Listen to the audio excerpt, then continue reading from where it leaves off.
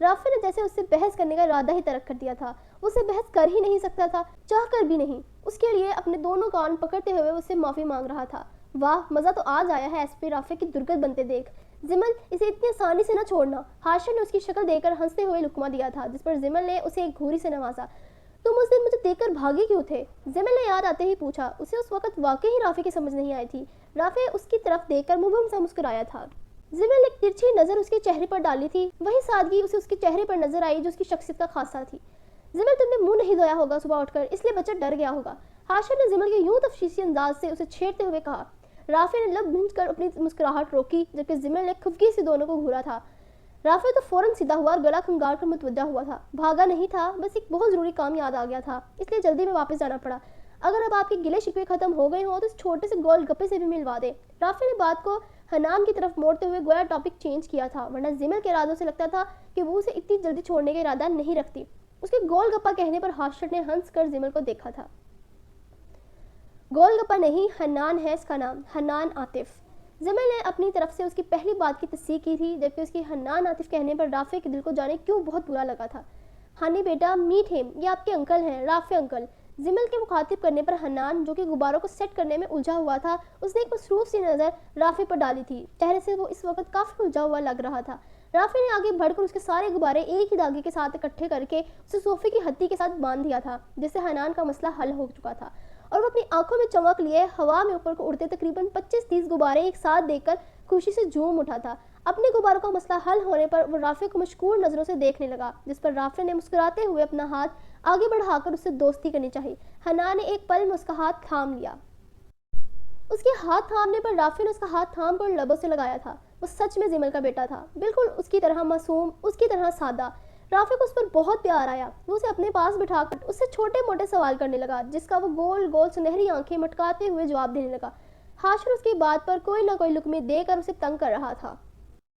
Uncle کیسے ہیں رافع؟ پاکستان واپس آنے کا ان کا کوئی ارادہ ہے یا نہیں؟ زمل نے اس سے اس کے فادر کے بارے میں پوچھا. ڈیڈ تو باہر بڑے سکون میں ہے فی الحال, تو ان کا واپس آنے کا کوئی ارادہ نہیں. رافع نے اس کی بات سے مسکراتے ہوئے بتایا. حنان صوفے سے اتر کر اب لاؤنج کا جائزہ لینے میں مصروف ہو چکا تھا. اور تمہارا شادی کے بارے میں کیا خیال ہے؟ اس فلیٹ میں اکیلے رہتے ہوئے بور نہیں ہوتے؟ زمل نے خاصاً بڑی بہنوں کی طرح یہاں بھی کلاس شروع کرنی چاہی. رافع کے لبوں پر موجود ہلکی سی مسکراہٹ ایک دم معدوم ہوئی تھی. زمل, تمہیں ساری دنیا کے کنوارے نظر آتے ہیں, نہیں آتا تو ایک میں نظر نہیں آتا. میرے بارے میں بھی کچھ سوچ لو. ہاشم نے ہمیشہ اپنے والا رونا رویا. ایک تو اسے کوئی سیریس ہی نہیں لیتا تھا. مما, مجھے بھی کرنی ہے شادی. حنان کے نزدیک شادی کا مطلب تیار ہونا, ڈھیر سارے مہمانوں کا جمع ہونا, نئے کپڑے پہننا, ہلا گلا کرنا تک ہی تھا. اس لیے شادی کا نام سن کر اس نے جھٹ سے اپنے ارادے سے آگاہ کیا, جبکہ ہاشم اور رافع کا اس کی معصومیت سے کہی گئی بات پر کہکا ایک ساتھ لاؤنج میں گونجا تھا. تم پہلے اپنے بیٹے کی کروا دو, اسے زیادہ جلدی ہے. ہاشم نے اسے آڑے ہاتھوں لیتے ہوئے کہا. بدتمیز, اس کا یہ مطلب نہیں تھا. زمل نے ہاشم کے کندھے پر ایک جڑتے ہوئے کہا. وہ اپنے بیٹے کی شادی کہنے کے مطلب سے بخوبی آگاہ تھی.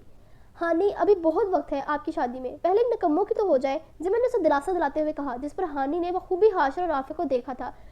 اس کے ہاتھ وہاں پڑا ایک پزل باکس لگ گیا تھا, جس نے اسے غبارے بھی بھلا دیے تھے. وہ بڑے نمہاک سے اس پزل باکس کو دیکھتا ہوا رافع کے ساتھ آ کر بیٹھا تھا. رافع نے اسے صوفے پر بیٹھنے میں مدد دی تھی. تم نے بتایا نہیں رافع, کب کر رہے ہو شادی؟ کوئی پسند ہے تو بتاؤ, ہم تمہارا رشتہ لے کر پہنچ جائیں گے ان کے گھر. انکل یہاں پر نہیں ہے تو کیا ہوا, ہم بھی تو تمہاری فیملی ہی ہے. زمل نے بڑی فراق دلی سے آفر کی تھی. وہ پرجوش دکھائی دیتی تھی, جبکہ رافع کو اپنی قسمت کی اس مذاق پر ہنسی آئی. میرا ایسا کوئی بھی ارادہ نہیں ہے اور نہ ہی کوئی پسند ہے. آپ سب سے پہلے سر کی شادی کروائیں, ہمارا نمبر تو ان کے بعد ہی آئے گا. رافع نے بات کو مزاق کا رنگ دیتے ہوئے غیر سنجیدگی سے کہا. جیسے تم ہو ویسے تمہارے سر ہیں, دونوں ہی ٹال مٹول کر رہے ہو. زمل نے اس کی بات سے سر جھٹکتے ہوئے کہا. سحر بھی کہاں ہاتھ آ رہا تھا اس کے. زمل, میرے بارے میں سوچ لو, میں تیار ہوں. ہاشم نے ایک بار پھر آفر کی تھی, جس پر رافع سمیت زمل بھی نہ چاہتے ہوئے مسکرا دی. وہ تھا ہی ایسا, اپنی باتوں سے محفل میں رونق لگا دینے والا. تمہاری تو بیٹا سب سے آخر پر ہوگی, اور ایسی چن کر بیوی لاؤں گی تمہاری تیر کی طرح سیدھے ہو جاؤ گے تم. زمل نے اس کی بے تابی پر اسے گھرتے ہوئے کہا. ہائے, میں تو کب سے سیدھا ہونے کو تیار ہوں. ہاشم نے پھر سے دہائی دی تھی. بیٹا یہ تو تب پتہ چلے گا کہ تو سیدھا ہوتا ہے یا مزید ٹیڑھا. رافع نے بھی اس کی ٹانگ کھینچتے ہوئے کہا تھا. تم پولیس والوں کا ذوق ہی خراب ہے. الحمدللہ میں تو بہت باذوق انسان ہوں. ایسی کوئی مثالی مچلنا ہوگا ہمارا کہ دنیا یاد رکھے گی. ہاشم نے اس کی بات سے سر جھٹکتے ہوئے کہا, جبکہ تصور میں اپنی اندیکھی بیوی کو سوچتے ہوئے وہ گویا ہوا تھا. ہاں, ہیر رانجھا کے بعد تو تاریخ میں تم لوگوں کی محبت کی داستان رقم ہوگی نا. اور یہ تم نے سر کو بے ذوق بولا, میں انہیں بتاؤں گا. رافع نے گویا اس کی گردن دبوچی تھی. میں نے کب سحر بھائی کو بے ذوق بولا؟ ہاشم کی ساری شوخیاں پل میں ہوا ہوئی تھی. اس نے ابرو چکاتے ہوئے پوچھا. زمل آپ گواہ ہیں نا؟ اس نے ابھی ساحر سر کو بے ذوق بولا۔ رافع نے زمل کو بطور گواہ شامل کرتے ہوئے کہا، جس پر زمل نے اس کی بات کی تائید کی۔ حاشر نے ان دونوں کو گھور کر دیکھا تھا۔ تم دونوں کو میں دیکھ لوں گا، بچے کو پنسا رہے ہو، حاشر نے ان دونوں کو دیکھتے ہوئے شکوہ کرتے ہوئے کہا۔ رافع نے اس کی بات سے اسے مزید تنگ کیا تھا، جس میں زمل بھی اس کے ساتھ تھی۔ حاشر بیچارہ اکیلا رہ گیا تھا۔ حنان اپنا پزل باکس حل کرنے میں مصروف تھا، جو کہ ان کے ہنسنے پر ایک نظر انہیں دیکھ کر دوبارہ اپنے کام میں مصروف ہو جاتا۔ کچھ دیر بعد کافی کا دور چلا تھا، تقریباً 1 گھنٹہ اور یہاں گزارنے کے بعد وہ لوگ اپنے گھر واپس چلے گئے تھے۔ حنان جاتے ہوئے اس کا پزل باکس بھی اپنے ساتھ لے گیا تھا، جس پر زمل نے اس کے ہاتھ سے پکڑ کر رافع کو واپس دینا چاہا، مگر حنان کو ضد کرتا دیکھ رافع نے اسے اس کے ساتھ لے جانے دیا تھا۔ اس کی اس عنایت پر رافع اور حنان کی دوستی ہو چکی تھی، جس پر وہ جاتے ہوئے اسے باقاعدہ گلے لگا کر حق کر کے گیا تھا۔ حاشر تو اپنے بھانجے کی چالاکیوں پر اسے دیکھ کر رہ گیا۔ وہ لوگ تو کچھ گھنٹے یہاں گزار کر چلے گئے تھے، جبکہ رافع کا دل آج پھر ماضی میں الجھ گیا تھا۔ پورے 5 سال بعد اس نے ماضی کی طرح آج اس سے باتیں کی تھی۔ یہ لمحے اس کی زندگی کی سب سے قیمتی، سب سے انمول تھے، جو کہ مختصر تھے، تھوڑے تھے، وقتی تھے۔ کاش کہ ہمارے درمیان وقت کبھی نہ آتا، کاش کہ ہمارے درمیان وقت کبھی نہ آتا، ایک عمر گزار دیتے تم سے گفتگو کرتے کرتے۔ اسرا، آپ اور زین دیکھ لیں اور باقی اپنے کلاس فیلو سے بھی ڈسکس کر کے مجھے آج شام تک انفارم کر دیجیے گا۔ سر ایوب نے مصروف انداز میں اپنے لیپ ٹاپ کی اسکرین کو دیکھ کر کچھ پوائنٹس انہیں نوٹ کرواتے ہوئے کہا، جسے ہاتھ میں قلم تھامے بیٹھی اسرا نے فوراً نوٹ کیا تھا۔ اسرا اپنی کلاس کی جی آر تھی اور زین انہی کی کلاس کا سی آر۔ سر، باقی سب تو میں ڈسکس کر لوں گی، اگر کچھ اسٹوڈنٹس کام نہ کرنا چاہیں تو انہیں اس ذمہ داری سے نکال سکتے ہیں، کیونکہ کچھ اسٹوڈنٹ ہیں ایسے جو نہ تو خود کام کریں گے اور نہ باقیوں کو کرنے دیں گے۔ اسرا نے سر ایوب کو دیکھتے ہوئے بہت سنجیدگی سے کہا۔ زین سمیت سر ایوب بھی اس کی بات کا مطلب بخوبی سمجھتے تھے۔ اسرا، آپ ہمارے ڈپارٹمنٹ کی بہت سمجھدار اور فرمانبردار اسٹوڈنٹ ہیں۔ میں نے اگر آپ کو یہ ذمہ داری دی ہے تو اس کا ہرگز مطلب یہ نہیں ہے کہ آپ اپنے پرسنل میٹرز کو اس میں انوالو کریں۔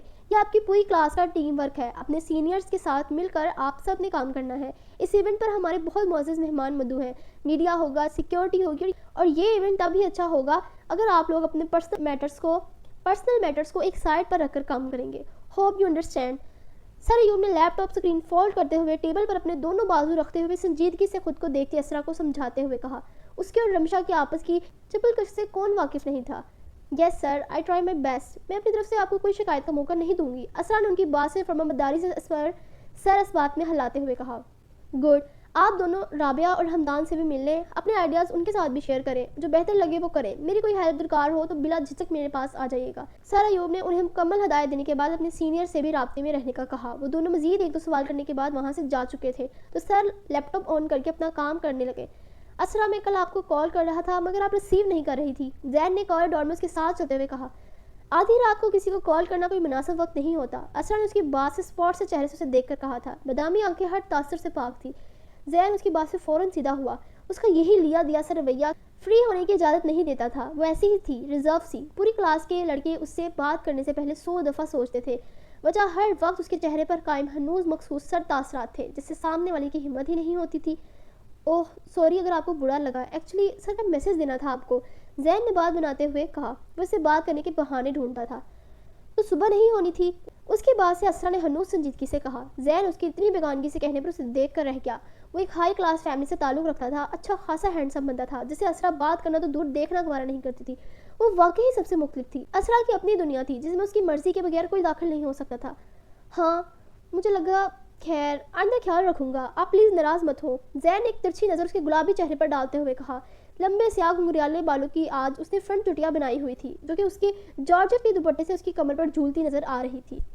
اسرا نے اس کی بات کا کوئی جواب نہیں دیا تھا، بس اسباب میں سر ہلا دیا تھا۔ تاثر ایسا تھا جیسے اس پر احسان کیا ہو۔ باہر کی چیزوں کا ارینج آپ کروا کر دیں گے، چارٹس اور کلاسز کی ڈیکوریشن ہم سب گرلز مل کر کریں گی۔ ڈیکوریشن میں جو مٹیریل یوز کریں گے وہ سب اوریجنل یوز کریں گے۔ انٹرنس پر نارمل سائز کے گملوں سے ہم درختوں کی کمی کو پورا کر سکتے ہیں۔ اس کے علاوہ باقی کلاس سے بھی ڈسکس کر لیں گے، شاید ان کے پاس ہم سے بھی کچھ اچھے آئیڈیاز ہوں۔ اسرا اپنے ہاتھ میں پکڑے نوٹس کو دیکھتے ہوئے کام تقسیم کر رہی تھی اور زین سنجیدگی سے اس کے چہرے کو دیکھتا ہوا اس بات میں سر ہلا رہا تھا۔ اسرا کے آئیڈیاز ہمیشہ متاثر کن ہوتے تھے۔ وہ دونوں کسی ٹاپک پر بات کرتے ہوئے کلاس میں داخل ہوئے تھے، جب کلاس میں موجود رمشا نے ایک چپتی نظر زین اور اسرا پر ڈالی تھی۔ کلاس میں داخل ہونے کے بعد انہوں نے سر کا پیغام ساری کلاس تک پہنچایا تھا، جس میں ہر کسی نے ان کی ڈسکشن میں حصہ لیا تھا، جبکہ رمشا اور اس کی دوستیں کچھ دیر کلاس میں رہنے کے بعد جل کر وہاں سے چلے گئی۔ سب کے ساتھ مل جل کر رہنا اور کام کرنا ان کی فطرت نہیں تھی۔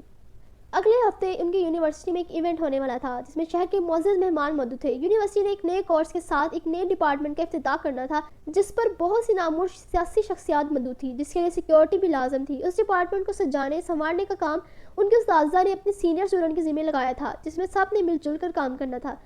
کون جانتا تھا کہ اس ایونٹ کے بعد کسی کی زندگی مکمل طور پر بدلنے والی تھی، کسی کے خواب ریزہ ریزہ ہو کر بکھرنے والے تھے، کسی کی دعائیں پوری ہونے سے پہلے ہی خالی رہ جانے والی تھی۔ اچھا اور برا وقت تو سب کی زندگیوں میں آتا ہے، کسی کا برا وقت اس کا منتظر تھا جو کہ سب سے لا علم اپنے آج میں اس اندیکھے وقت سے بے خبر مصروف تھی۔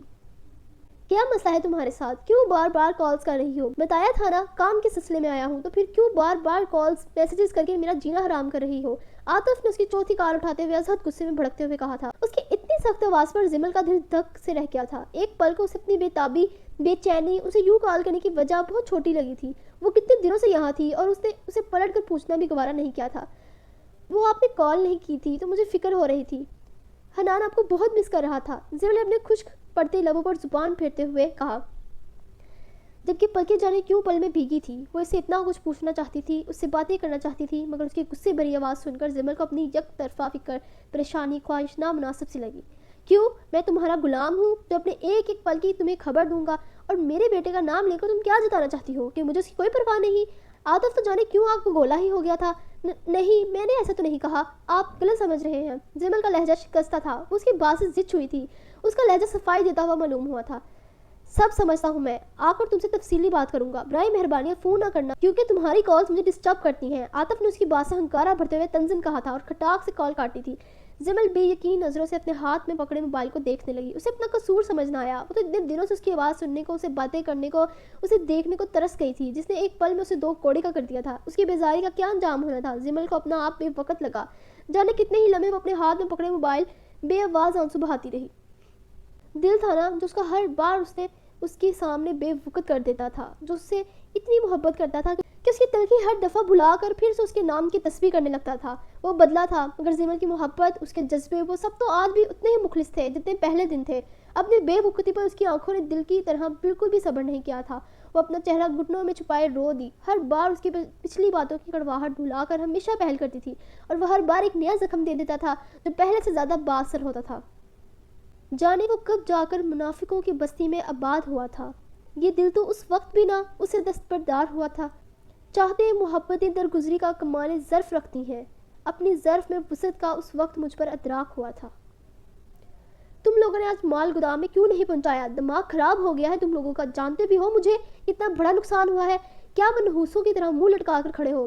میں کچھ پوچھ رہا ہوں، منظور شاہ نے اپنے سامنے کھڑے آدمیوں کو دیکھتے ہوئے غصے سے تلملاتے ہوئے کہا۔ آج اس کی بہت بڑی ڈیل کی ڈیلیوری تھی جو کہ اس کے آدمیوں کی وجہ سے ڈیلے ہو چکی تھی، اسے بہت بڑا نقصان ہوا تھا۔ وہ 2 نمبر کام بڑی صفائی سے کرتا تھا، دنیا کے سامنے وہ ایک بہت ایماندار اور ہمدرد انسان تھا، جبکہ یہ سب اس کا اصل تھا۔ وہ بہت جلد الیکشنز میں ایم این اے منتخب ہونے والا تھا۔